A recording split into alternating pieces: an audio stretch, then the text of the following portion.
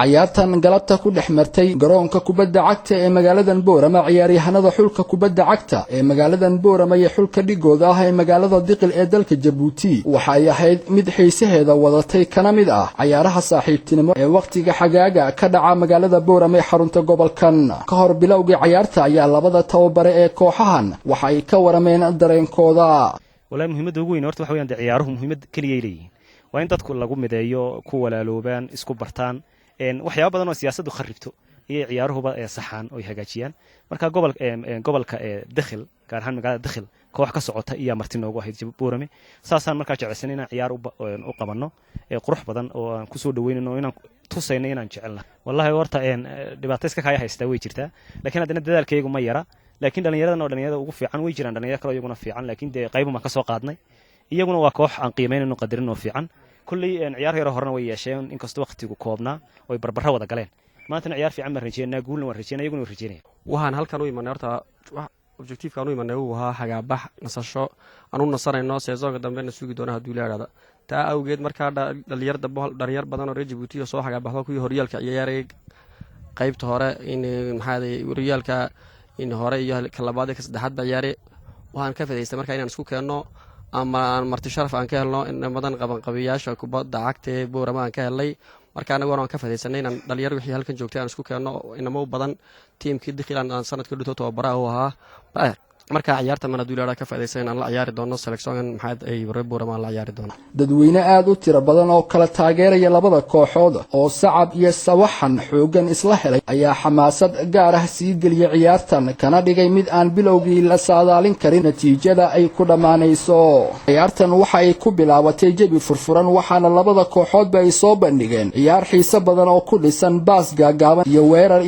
celis labada dhinacba ah daqiiqadihii dhexe ciyaarta ayaa waxa si fiican isugu soo dhiidhiibeen ciyaartoyda kooxda magaaladan Boorama ay u suurta gashay in weeraryahan Cabdi Carablo uu shabaga la hubsado kana dhigo natiijada ciyaarta 1-0 inkastoo ay kooxda magaalada Diqil ee dalka Djibouti wixii intaasi ka dambeeyay qaaday weeraro badan oo rabtay inay goolka barbaraha ah ku dhaliso ayaan waxba u suuroobin waxaana laf dhuun gashay ku noqday difaaca derbiga ah ee kooxda magaaladan Boorama dabayaaqadii qaybtii hore ee ciyaarta ayaa kubad uu weeraryahan Maslax kala baxsaday difaaca Diqil uu shabaga kooxdaasi si dhib yar u dabamariyay kana dhigay natiijadii ciyaarta ee qaybta koowaad mid lagu kala nastay 2-0 qaybtii labaad ee ciyaarta marka lagu soo laabtay ayaa ciyaartu xiisaheedii sii kordhay waxa ayna kooxda magaalada Diqil ay soo bandhigtay ciyaar weerar u badan halka ay ciyaaryahanada reer Boorama difaaca kaga jireen waxaana 90kii daqiiqo ee loogu talagalay ciyaartan ay ku dhamaatay 2-0 oo guusha ku raacday kooxdii magaalada Boorama qaar kamid ah ciyaartoyda labada kooxood ee magaalada Boorama iyo magaalada Diqil ee dalka Djibouti ayaa waxay cabireen dareenkooda Cabdi Ali Axmed baa la yiraahdaa ma jaamacada Camid ma joognaa waxaan ku mahadinaynaa dadka reer Boorama ka nasal noogu soo dhaweeyay noogu soo qaban qaabiyay ciyaarta saaxiibtinimada leh hal anagu waxa xagaga baxba halkan u imanay waxaan ciyaaray kooxda Karsayn sidii Karsayn kooxkayga waxa weeyaan Shiine saawa ugu mahad ummadii reer Djibouti oo dhan waa ugu mahad celinay magacayga waxa la yiraahdaa Liban Mustafa Maxamed waxaan ciyaaraana kubadda Djibouti aan ciyaaraha Championnat Djibouti sidii Karsayn baan ciyaaraa waxaan rajaynayaa ciyaar qurux badan reer Boorama si soo dhaweeyeen wallahi si fiican bay soo dhaweeyeen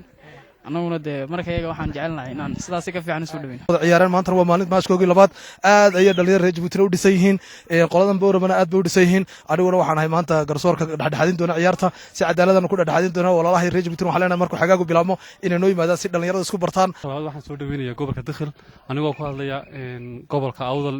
kartankoogii runtii waxaan u rajaynayaa ciyaar qurux badan ciyaartan waa ciyaar saaxiibtinimo oo muhiimadeedu tahay in la isku dhex galo oo labada gobol isku bartaan insha Allah taala waxaan rajaynayaa ciyaar qurux badan si kastaba xilliga xagaaga waxaa Boorama ka dhaca ciyaaro saaxiibtinimo oo dhexmara kooxo ka kala socda magaalooyinka ay ka kooban tahay dalka Djibouti iyo magaaladan Boorama